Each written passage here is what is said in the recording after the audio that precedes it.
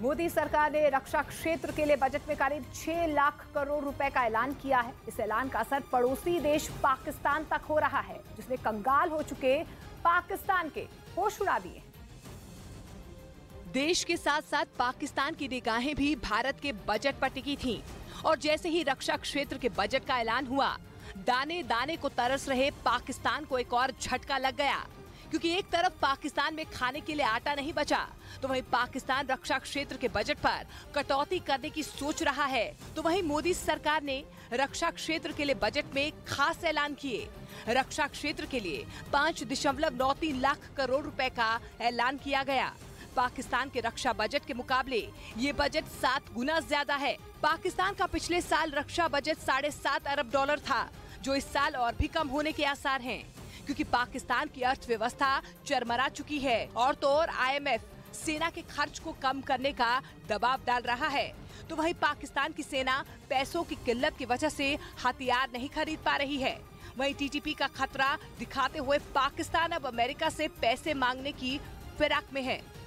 इस बीच अमेरिका में Republican party के सांसद माइकल मैकॉल ने पाकिस्तान में काम कर रहे अमेरिका के एक NGO पर गंभीर आरोप लगा दिया। उन्होंने आरोप लगाया कि अमेरिका का वो NGO पाकिस्तान में आतंकी संगठनों से जुड़ा हुआ है और ये गंभीर आरोप भी लगाया कि उस NGO के जरिए आतंकी संगठनों को बहुत बड़ी तादाद में पैसे मुहैया करवाए जा रहे हैं। माइकल मैकॉल अमेरिका में विदेश मामलों की कमेटी के चेयरमैन हैं। उन्होंने आतंकियों से NGO की सांठगांठ के मुद्दे पर अपने देश की USAID नाम की संस्था को एक चिट्ठी भी लिखी। USAID अमेरिका की वो संस्था है जो देश और विदेश में लोगों की मदद के नाम पर दिए जाने वाले फंड की निगरानी करती है। अमेरिकी सांसद ने उस चिट्ठी में मांग की कि पाकिस्तान में अमेरिका का जो HHRD नाम का NGO है, उसकी फंडिंग तुरंत रोक दी जाए। उस चिट्ठी में यह भी बताया गया कि इसी NGO पर 2019 में जमात इस्लामी और लश्कर तैयबा से संबंध रखने के आरोप लग चुके हैं। लेकिन आरोप है कि उस वक्त भी अमेरिकी सरकार ने NGO की फंडिंग रोकने के लिए जरूरी कदम नहीं उठाए। सबसे हैरान करने वाली बात है कि जिस NGO पर आतंकी संगठनों से जुड़ा होने का आरोप लगा, उसे अब तक अमेरिका की तरफ से भारी भरकम फंडिंग की जा चुकी है और अक्टूबर 2021 में ही एक प्रोजेक्ट के लिए उस NGO को $1,10,000 यानी भारतीय रुपयों के हिसाब से करीब 1 करोड़ रुपए दिए गए थे। यानी अगर अमेरिकी सांसद के आरोप सही हैं, तो इतनी बड़ी रकम अमेरिका ने सीधे सीधे आतंकी संगठनों को मुहैया करवा दी। चौंकाने वाली बात यह है कि जिस NGO पर आरोप लगे हैं वो पाकिस्तान के गृह मंत्रालय में रजिस्टर्ड है, जिसका साफ मतलब यह है कि सब कुछ पाकिस्तान सरकार की नजरों के सामने हो रहा है। इतना ही नहीं, उस NGO के जो स्पॉन्सर हैं उनमें फलाह इंसानियत फाउंडेशन नाम का संगठन भी है, जो लश्कर तैयबा से जुड़ा है। हालांकि 2016 में ही अमेरिका की सरकार फलाह इंसानियत फाउंडेशन को आतंकी संगठन घोषित कर चुकी है, लेकिन अमेरिका के NGO की आड़ में वो अपने आतंकी मंसूबों को पूरा करने में जुटा है। उधर उत्तराखंड के नैनीताल से हैरान करने वाला एक वीडियो सामने आया। वहां एक कार ने एक मोटरसाइकिल को टक्कर मार दी, जिसके बाद वो मोटरसाइकिल सवार दूर जा गिरा। इस घटना का जो वीडियो सामने आया उसमें वो तेज रफ्तार में सड़क से गुजरता नजर आया, लेकिन तभी दूसरी तरफ से आ रही कार की उससे टक्कर हो गई। गनीमत यह रही कि इस टक्कर के बाद भी मोटरसाइकिल सवार को मामूली चोट आई। आरोप है कि मोटरसाइकिल सवार तेज रफ्तार में मोटरसाइकिल चला रहा था, इसी वजह से यह हादसा हुआ। वीडियो सामने आने के बाद पुलिस ने मोटरसाइकिल को सीज कर दिया।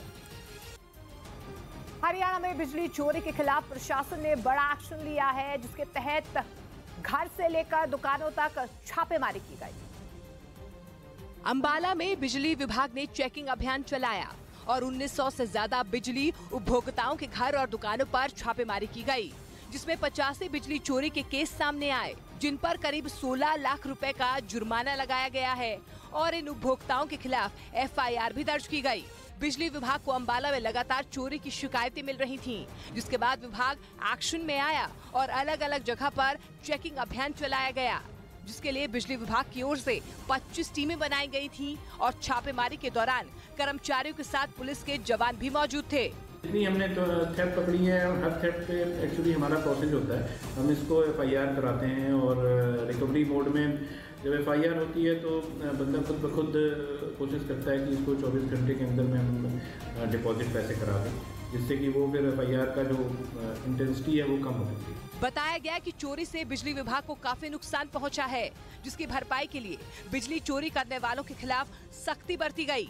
अधिकारियों का कहना है कि बिजली विभाग का ये अभियान आगे भी जारी रहेगा। इस बीच महाराष्ट्र में पुणे में सोलापुर नेशनल हाईवे पर बस और ट्रक के बीच टक्कर हो गई, जिसमें 4 लोगों की मौत हो गई और 20 यात्री गंभीर रूप से घायल हो गए। जिन्हें पुणे के एक निजी अस्पताल में भर्ती कराया गया। हाईवे पर सुबह सुबह बस और ट्रक की आमने सामने की टक्कर हो गई। टक्कर इतनी जोरदार थी कि बस का एक हिस्सा पूरी तरह टूट गया।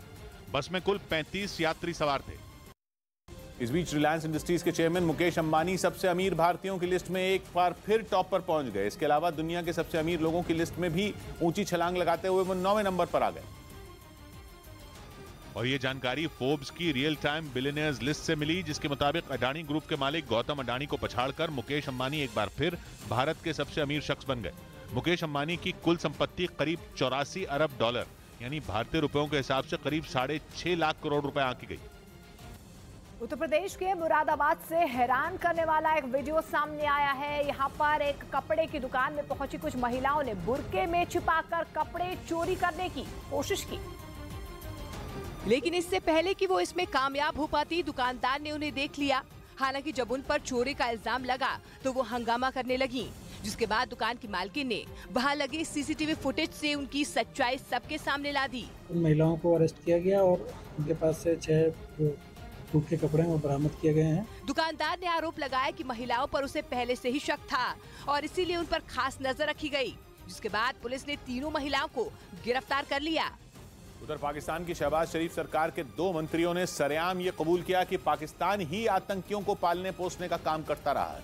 पेशावर की मस्जिद में हुए धमाके के बाद पाकिस्तान के गृह मंत्री और रक्षा मंत्री का यह दर्द खुलकर सामने आ गया और उन्होंने खुलकर इस बात को कबूल किया कि पाकिस्तान के पैदा किए हुए आतंकी ही उनके देश को जला रहे हैं। पाकिस्तान के गृह मंत्री राना सनाउल्लाह ने माना कि अफगानिस्तान में रूस से लड़ने के लिए मुजाहिदीन को तैयार करना बड़ी गलती थी। 80 के दशक में अफगानिस्तान में 10 साल तक चली जंग में रूस से लड़ने के लिए बड़ी संख्या में मुजाहिदीन को तैयार किया गया था, लेकिन अब पाकिस्तान उसे एक बड़ी गलती मान रहा है, क्योंकि वो मुजाहिदीन ही उसके लिए भस्मासुर बन गए हैं। मुजाहिदीन जो है वो हमने खुद बनाया और उसके बाद फिर दहशतगर्द जो है वो खुद बन गए। राना सनाउल्लाह का ये दर्द पेशावर की मस्जिद में हुए धमाके पर छलका, यानी उन्हें दहशतगर्दी की याद तब आई जब खुद के घर में एक बार फिर आग लग गई।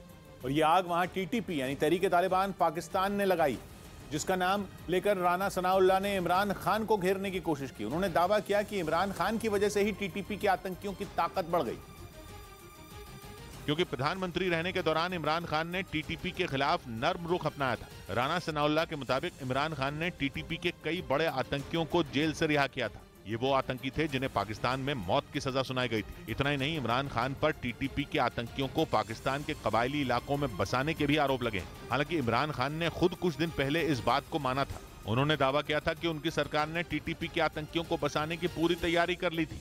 जबकि शहबाज शरीफ सरकार ने मंत्री का आरोप है कि इमरान खान ने टीटीपी के आतंकियों को पाकिस्तान में बसा दिया था। यानी पाकिस्तान के मंत्री ये साबित करने की कोशिश कर रहे हैं कि आतंकियों को बढ़ावा देने में इमरान खान भी पीछे नहीं रहे और उन्हीं की वजह से टीटीपी पाकिस्तान के लिए नासूर बन गया, जिसे रोक पाना अब पाकिस्तान के बूते की बात नहीं रही, क्योंकि अब तक छोटे मोटे हमले करने वाले टीटीपी ने पेशावर की मस्जिद में खून की नदियां बहा दी। वहां नमाज पढ़ने जुटे लोगों में 100 से ज्यादा लोग आत्मघाती हमले का शिकार हो गए। इसके बाद खबर आई कि टीटीपी ने अपने एक साथी खालिद खुरासानी की मौत का बदला लेने के लिए यह हमला किया था। और इसी हमले का जिक्र करते हुए पाकिस्तान के रक्षा मंत्री ख्वाजा आसिफ ने भारत की तारीफ कर दी।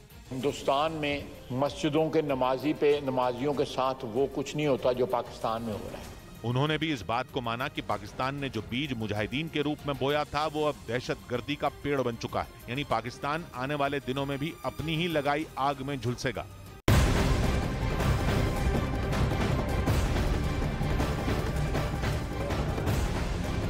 नमस्कार, न्यूज 18 इंडिया देख रहे हैं आप और मैं हूं आपके साथ शिवानी पांडे। अयोध्या हम पहुंच चुके हैं और हमारे साथ साथ यहां पर शालिग्राम शिलाएं भी पहुंच चुकी हैं। मेरे ठीक पीछे देखिए, दोनों शालिग्राम शिलाएं इस वक्त यहां पर रखी हुई हैं। एक 26 टन की है और दूसरी 14 टन की है। अब यहीं पर इनका पूजन होगा, लगभग 10 बजे यहां पर इनका पूजन होना है और उसके बाद इनको फाइन आर्ट्स के प्रोफेसर हैं वासुदेव कामत, वही डिसाइड करेंगे कि आखिर किस तरीके से उनको उकेरा जाएगा, किस तरीके से जो नए नक्श हैं वो बनाए जाएंगे। लेकिन सबसे पहले इन शालिग्राम शिलाओं को यहाँ पर शिला पूजन होगा। देखिए आप किस तरीके से तांता लगने शुरू हो गया है।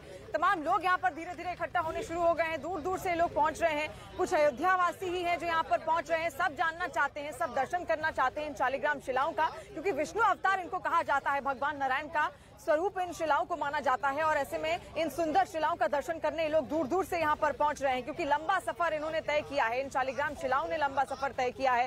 किस तरीके से 6 करोड़ साल पुरानी ये शालिग्राम शिलाएं हैं जो हमारे समक्ष इस वक्त हैं, और न्यूज 18 के जरिए तमाम दर्शक न्यूज 18 के भी इस वक्त देख पा रहे होंगे किस तरीके से सुंदर शालिग्राम शिलाओं को यहाँ पर भव्य रूप से रखा गया है। और इन्हीं में अब मूर्ति उकेरी जाएगी, भगवान राम का बाल स्वरूप उकेरा जाएगा। किस तरीके से उनके नए नक्श यहाँ पर बनाए जाएंगे, क्या आकार दिया जाएगा, हर कोई इसी का इंतजार कर रहा है। लेकिन उससे पहले ये भव्य तस्वीर आप अयोध्या के इस राम सेवक पार्क से फिलहाल देखिए, जहाँ पर ये शालिग्राम की शिलाएं आई हुई हैं। कल रात को 9-10 बजे के आसपास इन शालिग्राम शिलाओं को यहाँ पर अयोध्या लाया गया और बस्ती से चलती हुई किस तरीके से ये गोरखपुर से होते हुए यहाँ पर पहुंची। उससे पहले 31 तारीख को कुशीनगर ये पहुंची थी, 26 तारीख को जनकपुर से रवाना की गई थी। त्रेता युग में जनकपुर से ही सीता जी भी आई थी। और देखिए आज ये शालिग्राम शिलाएं भेंट स्वरूप यहाँ पर भारत को दी गई हैं ताकि राम मंदिर में इनकी मूर्ति उकेरी जा सके। अब सीधे आपको लिए चलते हैं, देखिए अमित सिंह भी इस वक्त हमारे साथ मौजूद हैं। अमित, क्या तस्वीर आप दिखाएंगे? भव्य शालिग्राम शिलाएं आखिरकार अपने गंतव्य तक पहुंच गई।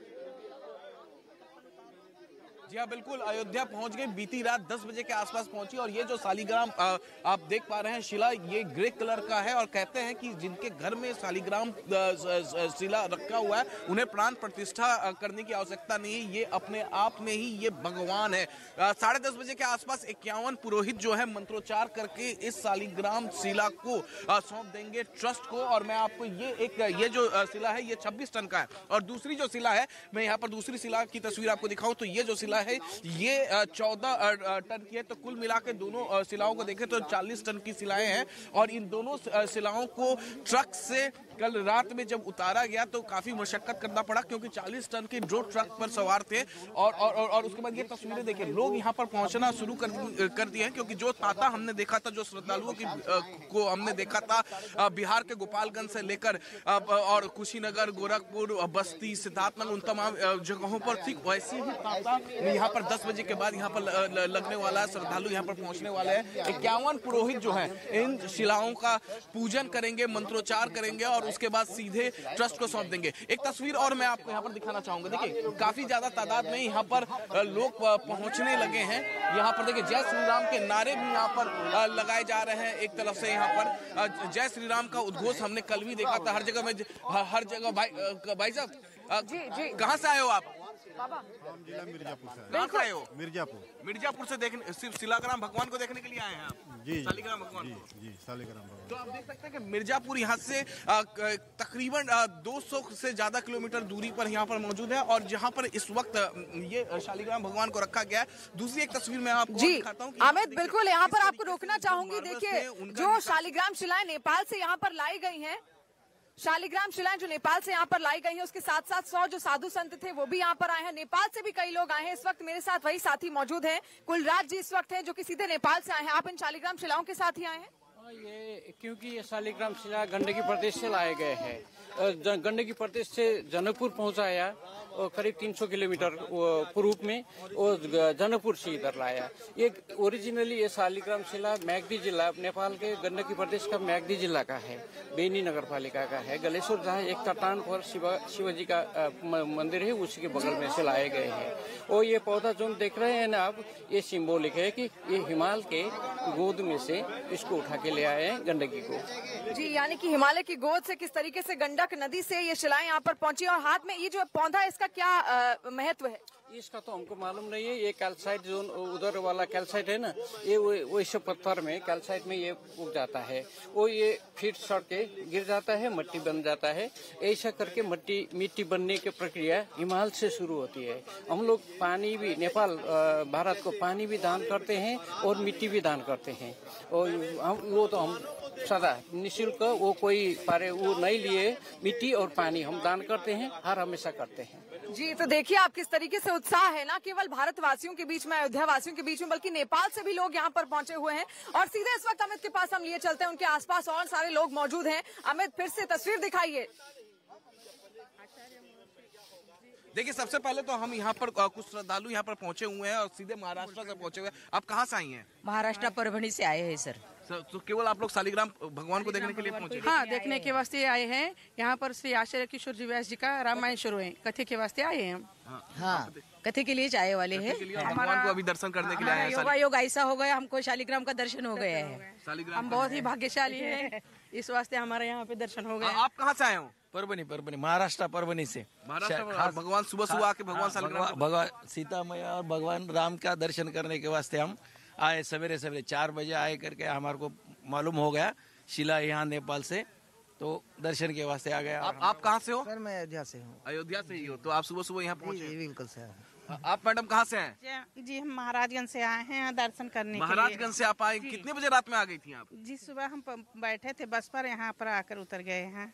सिर्फ शालिग्राम को देखने के लिए पहुंची? बस शालिग्राम को देखने के लिए। तो देखिए ये अटूट श्रद्धा भगवान शालिग्राम को लेकर। कहते हैं कि जिनके घर में शालिग्राम हो उनको प्राण प्रतिष्ठा करने की आवश्यकता नहीं है यहाँ पर। और देखिए यहाँ दो शालिग्राम, भगवान शालिग्राम, एक 26 टन के, दूसरे 14 टन के, कुल 40 भगवान शालिग्राम को रखा। और अभी तो केवल सुबह ही हुई है, लेकिन दूर दूर से जो भक्तगण हैं, जो श्रद्धालु हैं, वो दर्शन करने इन शालिग्राम शिलाओं का यहाँ पर पहुंचना चाहते हैं। और हमारे ठीक सामने ये शालिग्राम शिलाएं आप देख रहे हैं।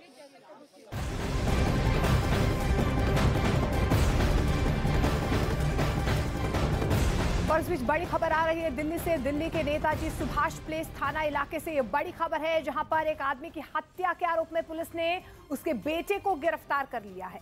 आरोप है कि 65 साल के सुभाष का किसी बात पर अपने ही बेटे से विवाद हो गया। इसके बाद आरोपी ने अपने पिता की जमकर पिटाई की, जिससे वो बुरी तरह से घायल हो गए। आसपास के लोगों ने घायल को अस्पताल पहुंचाया, लेकिन उन्हें बचाया नहीं जा सका। इस बात की जानकारी मिलते ही पुलिस भी मौके पर पहुंच गई, छानबीन में जुट गई। पुलिस ने जानकारी मिल पा रही है कि फिलहाल आरोपी को गिरफ्तार कर लिया है, उससे पूछताछ की जा रही है। ऐसा है जी, ये अपना यहाँ रहते थे। इनके जो लड़के हैं वो मेंटली मेरे ख्याल से प्रॉब्लम में है। वो लंबे लंबे बाल कर रखे हैं, खौफनाक चेहरा पूरा। तो अभी थोड़ी देर पहले पता चला था कि झगड़ा हो रहा है।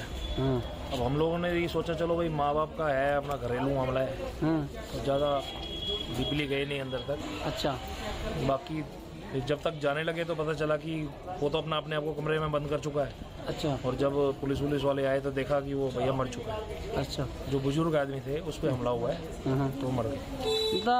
बेटे ने अपने पिता पे हमला किया? हाँ जी, हाँ जी। इस बीच पश्चिम बंगाल के आसनसोल से दिल दहला देने वाला एक वीडियो सामने आया, जिसमें एक तेज रफ्तार कार ने एक मोटरसाइकिल सवार को जोरदार टक्कर मार दी, जिससे वो हवा में उछल गया। ये दर्दनाक हादसा उस वक्त हुआ जब सड़क के किनारे खड़े मोटरसाइकिल सवार ने अचानक ही रास्ते पर यू टर्न लेने की कोशिश की। इसी दौरान पीछे से आ रही कार उससे भिड़ गई, जिससे वो कई फीट तक हवा में उछल गया। इसके बाद वो सिर के बल सीधे सड़क पर आ गिरा और कुछ दूर तक घिसटता चला गया। वहीं कार सड़क पर दूसरी ओर जाकर बंद हो गई, जिसके बाद वहां मौजूद लोगों ने कार सवार को पकड़कर पुलिस के हवाले कर दिया। वहीं इस हादसे में बुरी तरह घायल हुए मोटरसाइकिल सवार को अस्पताल में भर्ती कराया गया, जहां इलाज के दौरान उसकी मौत हो गई। इधर नोएडा में आरटीओ ने पुरानी गाड़ियों को जब्त करने की मुहिम शुरू कर दी। नोएडा ट्रैफिक पुलिस ने उन गाड़ियों को जब्त करना शुरू कर दिया जिनका रजिस्ट्रेशन खत्म हो चुका है, और जिसके लिए आरटीओ ने करीब 1,19,000 पुरानी गाड़ियों के मालिकों को पहले ही नोटिस भी जारी कर दिया था। आरटीओ ने अपनी लिस्ट में 15 साल पुरानी पेट्रोल और 10 साल पुरानी डीजल से चलने वाली गाड़ियों को शामिल किया, जिनका नंबर Z या UP16Z से शुरू होता है। और बड़ी खबर अडानी ग्रुप के एफपीओ से जुड़ी हुई सामने आ रही है। अडानी ग्रुप ने अपना एफपीओ रद्द कर दिया है। जानकारी मिल पा रही है कि अडानी ग्रुप के मुताबिक बाजार में उतार चढ़ाव को देखते हुए 20,000 करोड़ के एफपीओ कैंसिल करने का फैसला लिया गया है। इसके साथ ही जिन निवेशकों ने अडानी ग्रुप के एफपीओ में पैसे लगाए थे, उन्हें जल्द ही रकम वापस करने का भी ऐलान किया गया है। उधर दिल्ली के उत्तम नगर में गुमान सिंह नाम के सब इंस्पेक्टर ने डिलीवरी बॉय बनकर जालसाजों का पर्दाफाश किया और उन्हें गिरफ्तार कर लिया, और उनकी नकली गेमिंग वेबसाइटों का भी भंडाफोड़ कर दिया, जिसके जरिए वो लोगों को ऑनलाइन गेम खेलने का झांसा देकर ठग रहे थे। पुलिस को ऑनलाइन गेमिंग के जरिए 1,49,000 की धोखाधड़ी की एक शिकायत मिली थी, जिस पर कार्रवाई करते हुए पुलिस ने इन 3 जालसाजों को धर दबोचा और उनके पास से कई मोबाइल और डेबिट कार्ड बरामद कर लिए। बीच नेपाल से अयोध्या के लिए जा रही शालिग्राम शिला गोरखपुर के गोरखनाथ मंदिर पहुंची, जहां उसकी पूजा की गई। फिर देवशिला रथ के जरिए दोनों पवित्र शिलाओं को रवाना कर दिया गया, जो कुछ देर पहले अयोध्या पहुंच गई। लेकिन उससे पहले गोरखपुर में रात के वक्त पहुंची दोनों शिलाओं को देखने के लिए गोरखनाथ मंदिर के मुख्य द्वार पर भक्तों की भारी भीड़ जमा हो गई। शिलाओं पर फूलों की बारिश हुई और पास का इलाका राम नाम से गूंज उठा। गोरखनाथ मंदिर के मुख्य पुजारी ने पूरे विधि विधान से शिला की पूजा अर्चना की। गोरखपुर से रवाना होते वक्त भी शालिग्राम शिला को देखने और उसकी पूजा के लिए भक्तों की भीड़ जुट गई। ये यात्रा जहाँ जहाँ से होती हुई आई है इन शालिग्राम शिलाओं की, वहाँ पर इनका पूजन हुआ है। इन शिलाओं को देखने के लिए बिहार समेत दूसरे राज्यों से भी राम भक्त गोरखपुर पहुँचे। मुंबई के इंटरनेशनल एयरपोर्ट से अधिकारियों ने बड़ी कार्रवाई करते हुए एक यात्री के पास से 33 करोड़ से ज्यादा की कोकेन जब्त कर ली। ये ड्रग साबुन की शक्ल में छुपाकर लाया गया था। पूछताछ के दौरान अधिकारियों को आरोपी पर शक हुआ, जिसके बाद अधिकारियों ने उसकी तलाशी ली। सामान की तलाशी के दौरान अधिकारियों के हाथ एक साबुन लगा। जब साबुन की जांच की गई तो सारा सच सामने आ गया। जब्त कोकीन की कीमत अंतर्राष्ट्रीय बाजार में करीब 33 करोड़ रुपए आंकी गई।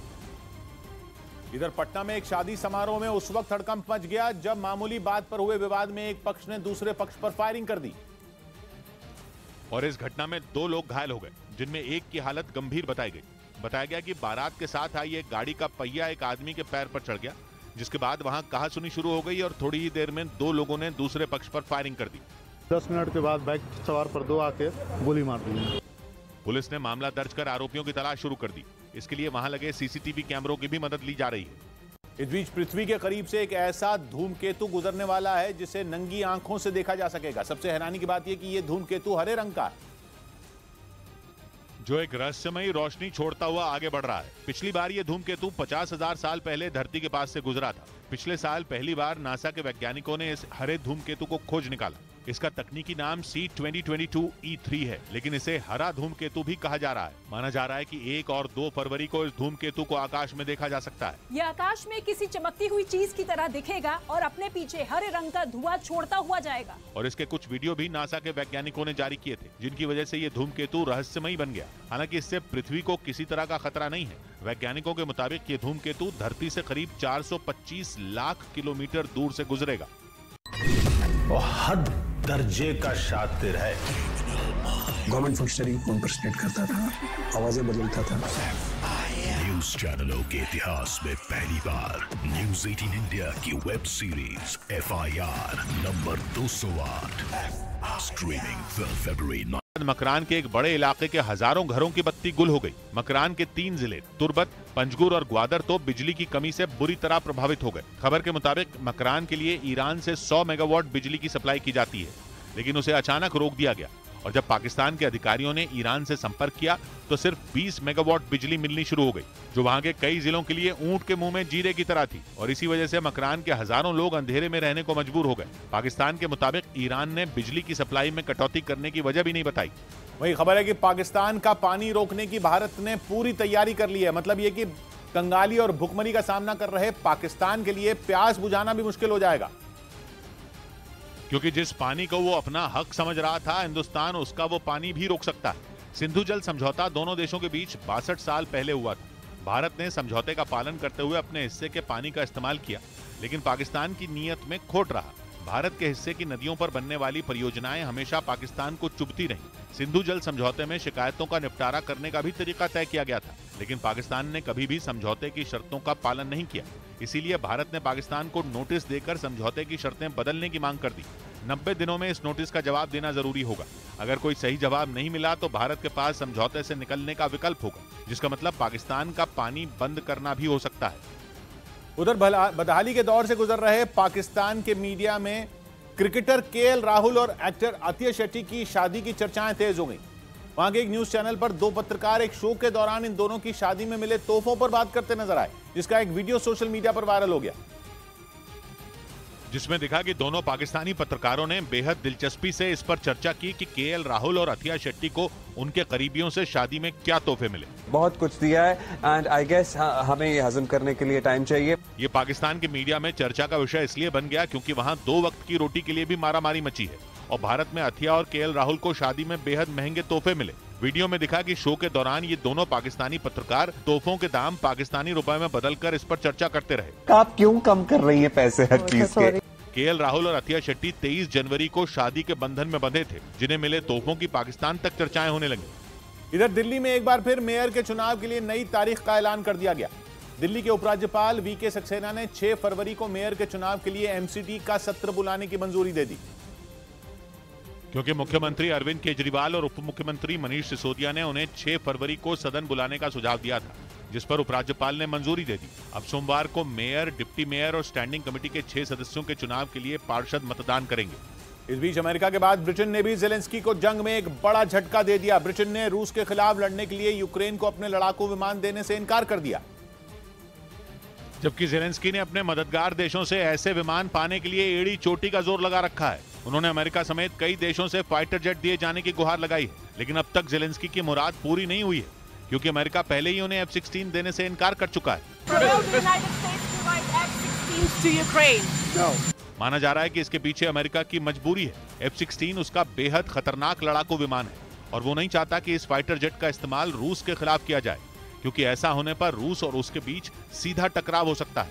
इस बीच अमेरिका की तरह ही ब्रिटेन ने भी यूक्रेन को फाइटर जेट देने से मना कर दिया और उसे यह कह दिया कि जंग में दूसरी कोई भी मदद चाहिए तो ब्रिटेन से मिल जाएगी, लेकिन फाइटर जेट पाने का सपना जेलेंस्की ना देखें। हालांकि ब्रिटेन ने इसके लिए बिल्कुल ही अलग दलील दी और उसने अपने फैसले के लिए यूक्रेन के पायलटों की ट्रेनिंग का सहारा लिया। ब्रिटेन के मुताबिक यूक्रेन के पायलटों की ट्रेनिंग इस तरह की नहीं हुई है कि वो उसके फाइटर जेट को उड़ा सके। ब्रिटेन ने दावा किया कि उसके टाइफून और F-35 लड़ाकू विमानों को उड़ाने की ट्रेनिंग लेने में ही महीनों लग जाएंगे, क्योंकि ये फाइटर जेट बेहद ही संवेदनशील और आधुनिक है। ब्रिटेन का कहना है कि यूक्रेन जब इन लड़ाकू विमानों का इस्तेमाल ही ठीक से नहीं कर पाएगा तो ये उसे देने का कोई मतलब ही नहीं।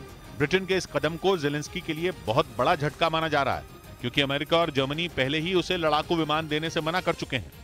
इधर दिल्ली में अवैध तरीके से रह रहे 37 विदेशी नागरिकों को उनके देश वापस भेजने की प्रक्रिया शुरू कर दी गई है। सभी 37 विदेशी नागरिक लंबे वक्त से दिल्ली के द्वारका इलाके में रह रहे थे और इन्हें अब इनके देश डिपोर्ट किया जाएगा।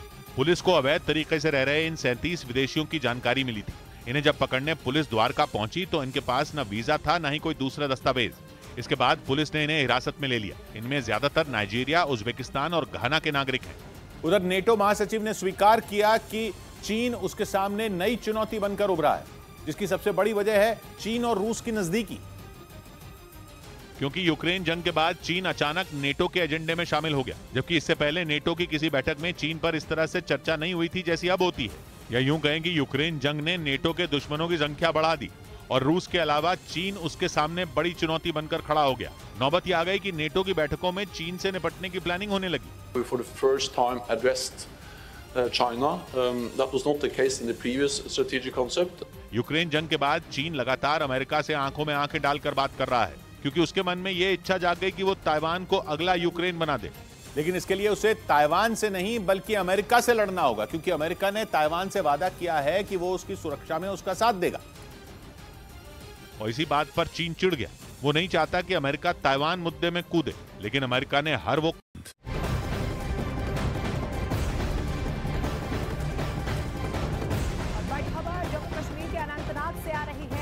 हुर्रियत नेता काजी यासिर के घर को गिराया गया है। बड़ी खबर आपको बता दें, हुर्रियत नेता पर सरकारी जमीन पर अवैध घर बनाने का आरोप है। काजी यासिर पिछले 3 साल से जेल में बंद है, लेकिन बड़ी कार्रवाई यहां पर अनंतनाग प्रशासन की तरफ से हुर्रियत नेता की संपत्ति पर बुलडोजर चलाया गया है। तस्वीरें आपके सामने हैं। सरकारी जमीन कब्जा करने का आरोप काजी यासिर पर लगा है। ऐसी ही सलाखें और 200 करोड़ रुपए की ठगी हो गई। किसी आदमी से बात करता है तो ऐसा लगता है कि वास्तव में ये उस पोस्ट पे है। न्यूज चैनलों के इतिहास में पहली बार न्यूज 18 इंडिया की web series FIR number 208 streaming 3 फरवरी 9 पर कुछ ऐसा कहते दिखे जिससे महाराष्ट्र के कई इलाकों में लोगों का पारा चढ़ गया।